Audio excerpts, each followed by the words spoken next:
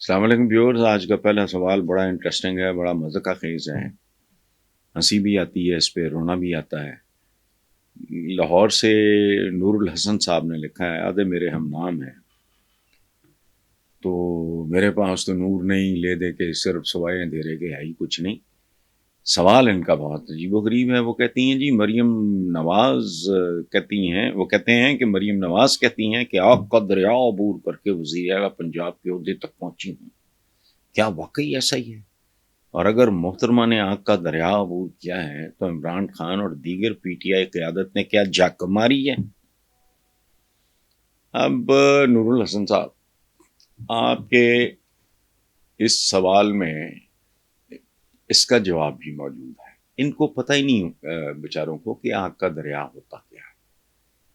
ایک آگ کا دریا ہے اور ڈوب کے جانا ہے، تو یہ تو وہ لوگ ہیں جنہوں نے آگ کا دریا پڑھی بھی نہیں ہوگی، سنا بھی نہیں ہوگا، کیونکہ ان کے والد محترم نے عابدہ حسین لکھتی ہیں یہ بات، انٹرویو میں انہوں نے کی ہے۔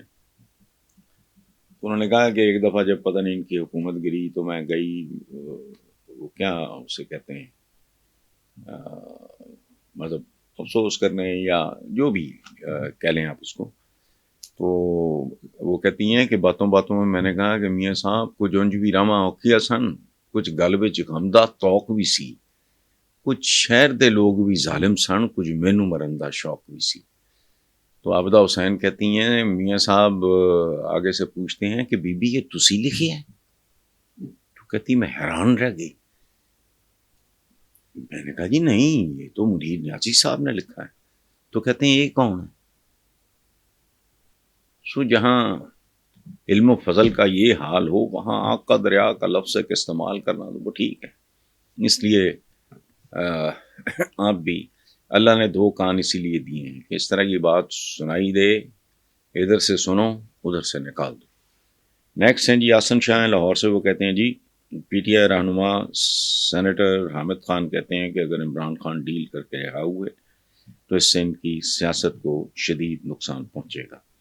آپ چونکہ عمران خان کو اچھی طرح جانتے ہیں، کیا آپ سمجھتے ہیں کہ عمران خان ڈیل کر لے گا؟ میرا نہیں خیال۔ عمران کا ٹائپ، میں اکثر لوگ مجھ سے پوچھتے ہیں تو میں کہتا ہوں میں نے عمران جیسی خوبیاں بھی کبھی، میں اب 70+ ہوں، قبر کنارے پہنچا ہوا بندہ، ویسے بھی آج تک بھی جھوٹ نہیں بولتا، پتہ نہیں کیوں، مجھے کوئی جنت دوزخ کا کوئی یہ نہیں ہے رولا، میرا اخلاقی نہیں، میرا ٹائپ ہی نہیں ہے۔ میرا جو بڑا بیٹا ہے وہ بھی میرے جیسا ہی ہے، میرے والد مجھ سے تنگ تھے، میں اس سے تنگ ہوں، اس لیے کہ منہ پھاڑ کے سچ بول دینا۔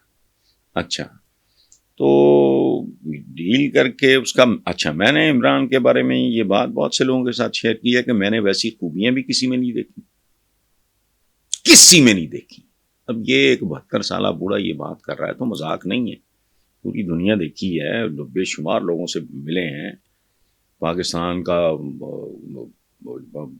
پولیٹیکل جتنا ایلیمنٹ ہے اس کے بڑے بڑے نام جن کے ساتھ ان کا انٹریکشن رہا ہے، نہیں کہانیوں میں بھی نہیں پڑھا، دیانتداری سے آپ کو بتا رہا ہوں عمران خان کی خوبیاں، اسی طرح چند اس کی ہیں خامیاں۔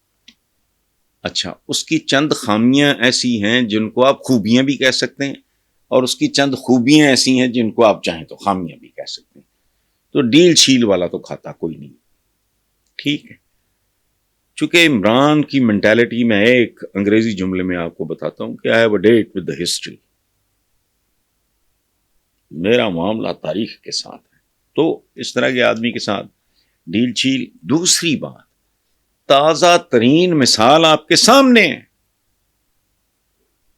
نواز شریف صاحب کے ساتھ جو کچھ ہوا ہے وہ 7ویں آسمان سے پاتال میں بندہ سیدھا گیا، کیوں؟ ختم، آئے سرکاری پروٹوکول فلانا ملا ملایا پھر کچھ نہیں۔ تو ایک تازہ ترین مثال ہے۔ بھٹو کیوں لیجنڈ ہے؟ بھٹو کو سینگ لگے ہوئے تھے، بھٹو نے حماقتیں نہیں کی، بھٹو نے غلط بیانی نہیں کی، سب کچھ کیا ہے۔ یعنی بھٹو کی پالیٹکس شروع کہاں سے ہوئی تھی، تاشقند کا راز آج تک نہیں پتا، روٹی کپڑا مکان کیا مل گیا تھا؟ تو نہیں، but he also had a date with the history. اس نے کہا تھا میں ضیاء الحق کے ہاتھوں مرنا پسند کروں گا، تاریخ کے ہاتھوں مرنا پسند نہیں کروں گا. تو اب اس طرح کے مثال بھی سامنے ہو، پھر مزاج بھی آپ کا ویسا ہی ہو، تو باقی اللہ بہتر جانتا ہے، ہمیں کوئی غیب کا علم تو ہے نہیں. آخری سوال ہے جی آج کا. عالیہ احمد کراچی سے وہ کہتے ہیں جی پاکستان میں ذخیرہ اندوزی کر کے اشیاء کو مہنگا کرنے اور منافع کمانے کی بیماری عام ہو گئی ہے. پہلے تو چند بڑے ذخیرہ اندوز ہوتے تھے، اب گلی محلے کے دکاندار بھی ذخیرہ اندوز بن بیٹھے ہیں. کردار کی یہ کمزوریاں کیا کبھی ہمیں ایک باوقار قوم بننے دیں گی؟ عالیہ بیٹا، آپ ظاہر ہے عمر نہیں اس میں لکھی، تو میں زیوم کر رہا ہوں کہ مجھ سے زیادہ ایج آپ کی کیا ہونی ہے. تو پہلی بات یہ ہے کہ آپ نے ایک لفظ استعمال کیا باوقار قوم. باوقار تو بہت دور کی بات ہوتی ہے، ہم تو آج تک ایک قوم نہیں بن سکے. پولیٹیشین کسی بھی قوم کا چہرہ ہوتے ہیں. جو حال ہے ان کا، جہاں تک یہ اس ملک کو لے آئے ہیں، تو باوقار قوم. آپ پہلے قوم بنے، قوم کو پھر ایجوکیٹ کیا جائے. تعلیم، تربیت، گرومنگ، مختلف درجے ہیں. اس کے بعد اور انصاف دیا جائے. یہ یاد رکھیں. ایک غیر منصفانہ معاشرے میں جو اقتصادی طور پہ، معاشی طور پہ بھی غیر منصفانہ ہے، عدالتی نظام آپ کے سامنے تکے کھاتا پھر رہے ہیں. یا بھی ہمارے چیف جسٹس نے یا جی او آر میں ججز نے تجاوزات کی ہوئی. جی او آر میں باہر اپنے گارڈز کے لیے ڈبے ڈبے کھڑے کیے ہوئے، کیا بنایا انہوں نے کہا کہ اس کو بلڈوز کرو. تو قوم شوم والا تو ابھی تک کھاتا کوئی نہیں ہے. تم دیکھو، اندازہ لگاؤ آپ، قوم آدھی علیحدہ ہو چکی ہے. 71 کا سانحہ یاد نہیں ہے آپ کو؟ Fall of Dhaka. Fall of Dhaka کیا ہے؟ Fall of nation.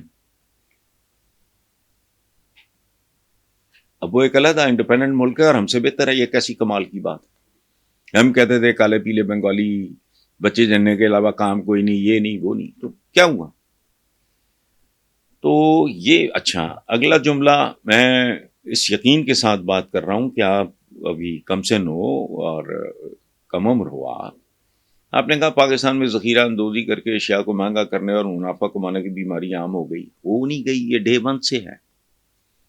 پاکستان جب بنا تو دو چیزیں معرض وجود میں آئیں: جعلی کلیم، جعلی ذاتیں.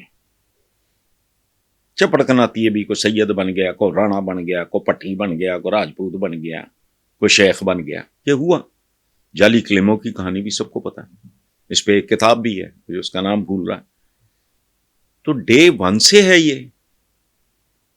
ہمارا ایک گانا ہے بر صغیر کا، انڈین فلم کا ویسے، اس دنیا میں سب چور چور. کوئی پتہ نہیں جوتا چور، کوئی مرغی چور، کوئی اس طرح کا. اور یہ مہنگائی والا کام جو ہے، اور منافع کمانا بری بات نہیں ہے. ذخیرہ اندوزی یہ کرمنلز کا، یہ جانوروں کا کام ہے. منافع ظاہر ہے کاروبار اسی لیے کرتا ہے نا بندہ، تاجر، دکاندار، یہ جتنے لوگ ہیں منافع کے لیے کرتے ہیں نا. منافع اگر حدود کے اندر ہو تو قابل برکت ہے، یہ آسن ہے. لیکن جس طرح ہم کرتے ہیں، اور میں بچپن سے دیکھ رہا ہوں، آپ اپنے بزرگوں سے پوچھ لینا، رمضان میں مہنگائی، یعنی کتنا بڑا لعنتی ہوگا ایک آدمی جو رمضان میں روزہ رکھ کے بلیک مارکیٹنگ کرے گا، ذخیرہ اندوزی کرے گا. یا ریٹیلر ہے تو وہ اپنی چھاوڑی پہ، ریڑھی پہ بیٹھ کے وہی کام کرے گا. سو باوقار قوم، پہلے قوم بن لیں پھر وقار بھی دیکھ لیں گے. Thank you very much.